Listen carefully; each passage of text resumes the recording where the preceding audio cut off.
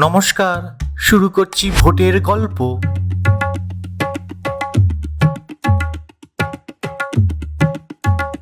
নমস্কার, এই সময় লাইভে আপনাদের স্বাগত। আমাদের সঙ্গে এই মুহূর্তে রয়েছেন বর্ষিয়ান রাজনীতিবিদ তথাগত রায়। তথাগতদা স্বাগত। তথাগতদা আজকে একটুখানি আমরা রাজনীতির জগতের গল্প কিন্তু অন্যরকম ভাবে ভাববো। দীর্ঘদিন আপনি রাজনীতির সঙ্গে যুক্ত, একেবারে স্পেসিফিক্যালি ভারতীয় জনতা পার্টির সঙ্গে যুক্ত। কেন যুক্ত, সব থেকে অনুপ্রেরণার জায়গা কোথায়, এবং আজও কোন কোন জায়গা মিস করেন? কেন যুক্ত এই কথাটা বলতে হলে একটু অতীতে যেতে হয়। 1964 সালে আমি যখন শিবপুরে বেঙ্গল ইঞ্জিনিয়ারিং কলেজে পড়তাম ফোর্থ ইয়ারে, তখন আমাদের ক্লাসে কিছু ছেলে এসে ভর্তি হলো। ফোর্থ ইয়ারে তো সাধারণত কেউ ভর্তি হয় না, সেই জন্য আমার একটু কৌতূহল হলো এবং পরে জানতে পারলাম যে এরা ছিল east Pakistan technical university of east Pakistan engineering and technology university, EPUET বলতো, এখন বুয়েট বলে। সেই ইউনিভার্সিটি থেকে তারা হিন্দু হবার অপরাধে বিতাড়িত হয়েছে, প্রাণের ভয়ে হিন্দু হবার অপরাধে বিতাড়িত হয়েছে। এবং সেটা নিয়ে আমি কোনো পশ্চিমবঙ্গে খুব একটা বড় রকমের হেলদোল দেখতে পেলাম না। তার থেকে আমার মনে হয়েছিল যে কিছু একটা করা উচিত।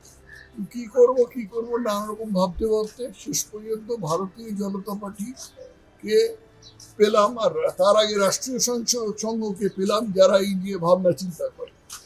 সেই জন্য 1986 সালে আমি রাষ্ট্রীয় সংসদের সঙ্গে যোগ দিলাম এবং 1990 সালে সরকারি চাকরি ছাড়ার পরে ভারতীয় জনতা পার্টি। এই খুব সংক্ষেপে ইতিহাস। তথাগতদা, আদবানিজি, বাজপেয়ীজি সবাইকে আপনি খুব কাছ থেকে দেখেছেন, যাদের সংস্পর্শে আপনি এসেছেন দীর্ঘদিন ধরে। সব থেকে গুরুত্বপূর্ণ মুহূর্ত বা সব থেকে ক্রিটিক্যাল সিদ্ধান্ত নেওয়ার ক্ষেত্রে তাদের ভূমিকা বা তাদের বক্তব্য যা আপনার মনে পড়ছে। শর্ট করে বলা মুশকিল। বাজপেয়ীজির আমি খুব কাছে কখনো আসিনি, আডবাণীজিকে খুব কাছে থেকে দেখেছি। আডবাণীজিকে একটা যে সময় আমি দেখেছিলাম, তখনও আমি সভাপতি হইনি। আডবাণীজি আমাকে একবার জিজ্ঞেস করেছিলেন যে আপকা বাঙাল মে ইতনা গুটবাজি কিউ, মানে বিজেপির ভিতরে এত উপদল কেন? তো তখন আমি জবাব দিতে পারিনি, কিন্তু আমি একটা জিনিস প্রতিজ্ঞা করেছিলাম, আমি যদি সুযোগ পাই তাহলে এই উপদল ব্যাপারটা আমি বন্ধ করব। যতদূর আমার ক্ষমতার মধ্যে আছে তো আমি উপদল ব্যাপারটা বন্ধ করব, যেকে হিন্দিতে গুটবাজি বলে। সেটা আমি 2002 সালে সভাপতি হলাম, রাজ্য সভাপতি হলাম, এবং যতদূর সম্ভব চেষ্টা করেছি এটা বন্ধ করতে। বাংলার রাজনীতি, আপনি যেহেতু 2011 সালের কথা বললেন, বাংলার রাজনীতির বিবর্তন আপনি দীর্ঘদিন ধরে থেকেছেন, সক্রিয়ভাবে অংশগ্রহণ করেছেন। আমরা যদি একটু পেছনের দিকে সরে যাই, সিদ্ধার্থ শঙ্কর রায়, জ্যোতি বসু, বিদ্যুৎ ভট্টাচার্য থেকে মমতা বন্দ্যোপাধ্যায়, আপনার চোখে এখন এবং তার সঙ্গে ভারতীয় জনতা পার্টি এই মুহূর্তে রাজ্যের প্রধান বিরোধী দল, না কি প্রশ্নটা? বাংলার রাজনীতির পরিবর্তন। সিপিএম আমল, কংগ্রেস আমল দেখেছি, সিপিএম আমল দেখেছি, তারপরে আমরা এই মুহূর্তে তৃণমূল আমল দেখছি। এটা আপনার চোখে কতটা পরিবর্তন, কিরকম লাগছে? এক, সংখ্যা মানে এই মুহূর্তে শাসক দলে থাকা, আর দ্বিতীয় ভারতীয় জনতা পার্টির বাংলায় এই মুহূর্তে অবস্থান, তারা তো এই মুহূর্তে প্রধান বিরোধী দল। সিদ্ধার্থ শঙ্কর রায়ের 5 বছরের যে মেয়াদ ছিল, সেই 5 বছরের মধ্যে তিনি প্রচুর লম্বা চড়া কথা বলেছিলেন, কিন্তু কাজে বিশেষ কিছু করতে পারেননি। একটা খালি করেছিলেন, যে নকশাল ব্যাপারটাকে দমন করেছিলেন। নকশাল ব্যাপারটা পশ্চিমবঙ্গে যে আকার ধারণ করেছিল, তাতে প্রচুর প্রচুর অল্প বয়সী ছেলে যারা স্কুল কলেজে পড়ছে বা কলেজ থেকে পাস করেছে, তাদের প্রাণ যাচ্ছিল, তাদের ভবিষ্যৎ যাচ্ছিল। এবং মানে পুরো ব্যাপারটা যে একটা পুরো উন্মার্গগামী ভ্রান্ত পথের একে ছেলে মেয়েদের টেনে নিয়ে যাচ্ছে, এই জিনিসটা বোঝাবার দরকার ছিল। এবং বোঝাবার জন্য একমাত্র উপায় ছিল শক্তি, কারণ অনিষ্ট শক্তি ছাড়া আর কিছু বোঝে না। তো এই শক্তিটা প্রয়োগ করেছিলেন বলে, সিদ্ধার্থ শঙ্কর রায় প্রয়োগ করেছিলেন বলে আমি তাকে সাধুবাদ দিই।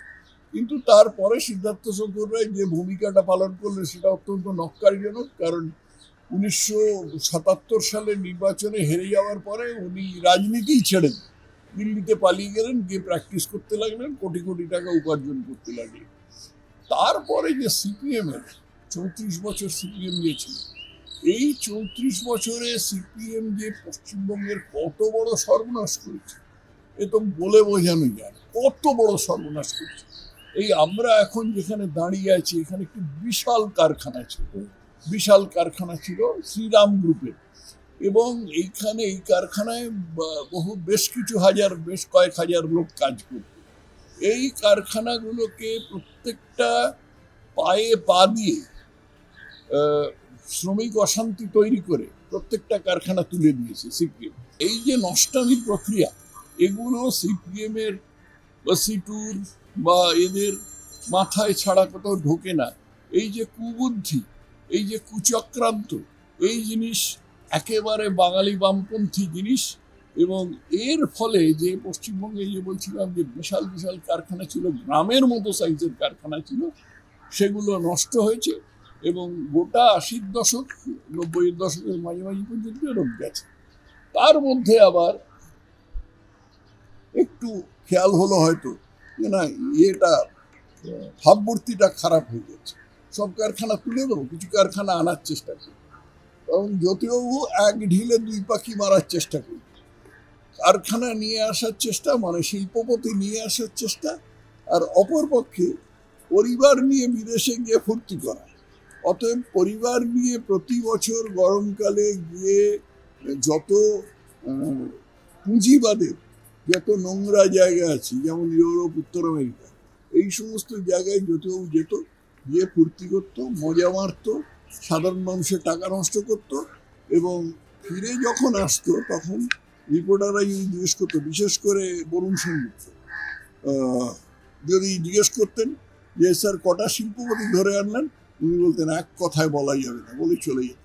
আর তার যে চাটুকার, যে তার পদলেহি যে সাংবাদিককুল ছিল, তারা প্রত্যেক দিন দামামা বাজাতো, বাপ রে বাপ, জ্যোতিবাবুর কি হাঁটা, গট করে।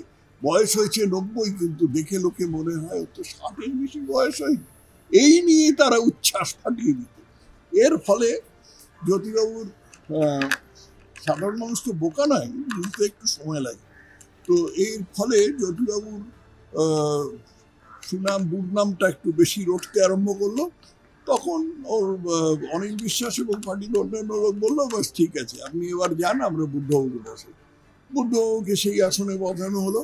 তারপরে সেই বুদ্ধবাবু সত্যি সত্যি চেষ্টা করেছিলেন শিল্পপতি নিয়ে আসতে, কিন্তু বুদ্ধবাবু যেটা বুঝতে পারেননি যে দলের উদ্দেশ্য ছিল শিল্প তুলে দেওয়া, লোককে গরিব রাখা, লোককে ক্ষুধার্ত রাখা, লোককে বেকায়দায় রাখা, সেই দলের পক্ষে কখনো সম্ভব নয় শিল্পপতিদের এখানে টেনে আনা। এটা কন্ট্রাডিকশন, এটা স্ববিরোধিতা, এটা কখনো সম্ভব নয়। অতএব বুদ্ধবাবু প্রচুর চেষ্টা করলেন, গুচ্ছিকে নিয়ে আসবার একবার রটে গেল। তারপরে গুচ্ছি নিজেরা ঘোষণা করে দিল যে না, আমরা পশ্চিমবঙ্গে আসার আমাদের কোনো পরিকল্পনা নেই। তারপরে তো যে ঘটনাগুলো হয়েছিল নন্দীগ্রামে সালিম সুপুত্রাকে নিয়ে, এইসব, তারপর টাটার যে মোটর গাড়ির কারখানা সিঙ্গুরে, এই ঘটনাগুলো সবাই জানে, বলবার নেই। কিন্তু এই জিনিসটা যে বুদ্ধবাবুর এই যে চেষ্টাটা ছিল, এই চেষ্টাটার মধ্যে কিন্তু কোনো ভেজাল ছিল না, কিন্তু চেষ্টার মধ্যে গলদ এইটাই ছিল যে কমিউনিস্ট থেকে এই সমস্ত করা যায়, কমিউনিস্ট থেকে ধ্বংস করা যায়, কমিউনিস্ট থেকে শিল্প তুলে দেওয়া যায়, কমিউনিস্ট থেকে লোককে ভুখা রাখা যায়, তারপর বলা যায় ধর্ম চাই না, ভাত দে, জিন্দাবাদ, এই করে এইটা কমিউনিস্ট থেকে খুব ভালোভাবে করা যায়। কিন্তু শিল্প তৈরি করা যায় না, কোনো রকম গঠনমূলক কাজ করা যায় না। সেটা জ্যোতিবাবু, বুদ্ধবাবু বোঝেননি, সেই জন্য বুদ্ধবাবুর গদি চলে যায়। বুদ্ধবাবুর গদি চলে যাওয়ার পরে যিনি এলেন, যাকে আমরা ভেবেছিলাম যে এইখান থেকে আমাদের কিছু স্বস্তি দিতে পারবে, তিনি গুরুমারা চেলা বলে প্রতিহত। তিনি সিপিএম এর একেবারে অনুচর, মানে সিপিএম এর একেবারে মেধাবী ছাত্রী, তল্পি বাহক হিসেবে আবির্ভূত হলেন। ভারতীয় জনতা পার্টির সম্বন্ধে কি জানতে চাই? ভারতীয় জনতা পার্টি 2026-এ কতটা পরিবর্তন ঘটাতে পারবে, তারা কি আসতে পারবে? আপনার কি মনে হয় দীর্ঘদিনের অভিজ্ঞতা? আমার বিশ্বাস ভারতীয় জনতা পার্টি আসতে পারবে, তবে এখনো 2-3 মাস সময় আছে নির্বাচন লড়বার, এবং এই 2-3 মাসের মধ্যে বেশ কিছু পদক্ষেপ নিতে হবে, নিজেদের সংগঠন গুছিয়ে নিতে হবে, এবং কেন্দ্রের তরফ থেকে একটা খুব পরিষ্কার ঘোষণা করতে হবে, বা ঘোষণা বা কাজে করে দেখাতে হবে যে সাধারণ মানুষের মনে যে ধারণা আছে যে বিজেপির সাথে মানে মমতা ব্যানার্জির কেন্দ্রীয় পর্যায়ে একটা সমঝোতা আছে, যাকে সেটিং বলা হয়, সেটিং, এই সেটিং যে নেই সেটা দেখাতে হবে। আমি নিজে বিশ্বাস করি না যে কোনো সেটিং আছে, কিন্তু জনগণের মাথায় এই জিনিসটা ঢুকে গেছে, এটাকে যে কোনো মূল্যে হটাতে হবে, এটাকে না হটাতে পারলে বিপদ আছে। তথাগত রায়, ইঞ্জিনিয়ার তথাগত রায়, প্রাক্তন রাজ্যপাল তথাগত রায়, বিজেপি বর্ষিয়ান নেতা তথাগত রায়, কোনটাকে বেশি পরিমাণে নিজেকে ভাবতে ভালোবাসার কিছু নেই। আমার যখন যেটা তখন সেটা।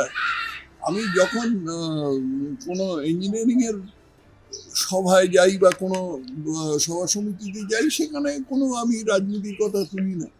রাজনীতির জায়গায় ইঞ্জিনিয়ারিং এর কথা বলবার কোনো প্রশ্নই ওঠে না। আর রাজ্যপাল তো অনেকদিন চুকে মুখে গেছে, রাজ্যপালের কোনো কিছু বলবার নেই। বিজেপির বর্তমান অবস্থায়, রাজ্য বিজেপির বর্তমান অবস্থায় আপনি যা দেখেছেন, আপনি যে হাতে 2002 সালে দায়িত্ব তুলে নিয়েছিলেন, তারপর অনেকটা বছর কেটে গেছে, 24টা বছর কেটে গেছে, আপনার কি মনে হয় তার থেকে পরিবর্তন, উন্নতি হচ্ছে, নাকি সংগঠনে আরো বেশি পরিমাণে গুরুত্ব দিলে ভালো? বিলক্ষণ উন্নতি হয়েছে। যেটা আমি বললাম, বিজেপিতে উপদলবাজি ব্যাপারটা, গুটবাজি যেটাকে হিন্দিতে বলে, সেটা অনেক কমে গেছে, অনেক কমে গেছে। আগে যেটা ছিল সেটার পেছনে একটা, আমি তো বললাম, চক্রান্ত ছিল। এটা আমি বলতে চাই না, এই চক্রান্তটা এখন আর নেই, এবং এখন এই উপদলবাজি বহুলাংশেই কমে গেছে। এখন বিজেপির যেটা সমস্যা আছে সেটা হলো যে আজকে এই নির্বাচনের পরিপ্রেক্ষিতে কেন্দ্রীয় বিজেপির উচিত যে কোনো একজনকে মুখ্যমন্ত্রী হিসেবে সামনে রাখা, সম্ভাব্য মুখ্যমন্ত্রী হিসেবে সামনে রাখা। দীর্ঘদিনের রাজনীতির সঙ্গে জড়িত থাকার পর এই মুহূর্তে একেবারে ব্যক্তিগত স্তরে একটা প্রশ্ন করব, কখনো কি কনফ্লিক্টের জায়গা তৈরি হয়েছিল সৌগতদা কংগ্রেস থেকে তৃণমূল, আর তথাগতরা সারা জীবনই স্বয়ংসেবক সংঘ থেকে তারপরে বিজেপি, দুই ভাইয়ের মধ্যে কখনো কনফ্লিক্টের জায়গা তৈরি হয়েছিল? আমরা আলাদা বাড়িতে থাকি, আমাদের জগৎ আলাদা, আমাদের বন্ধু বান্ধব আলাদা, আমাদের শিক্ষা দীক্ষা আলাদা, রাজনৈতিক বিশ্বাস আলাদা, কেন কনফ্লিক্টের জায়গা তৈরি হবে? বাড়িতে সৌগত আমার ভাই, পরিবারের মধ্যে সৌগত আমার ভাই, কিন্তু রাজনীতির ব্যাপারে একটা কথাও কখনো চালাচালি হয় না দুজনের। অনেক ধন্যবাদ তথাগতদা। আমরা কথা বললাম বর্ষিয়ান রাজনীতিবিদ তথাগত রায়ের সঙ্গে, এবং তথাগতদা একেবারে পুরোনো আমল থেকে বর্তমান সময়ের রাজনীতির নানান কথা ভোটের গল্পে কিন্তু তুলে ধরলেন। ক্যামেরায় প্রত্যয়ের সঙ্গে শিলাদিত্য কর, এই সময় লাইভ।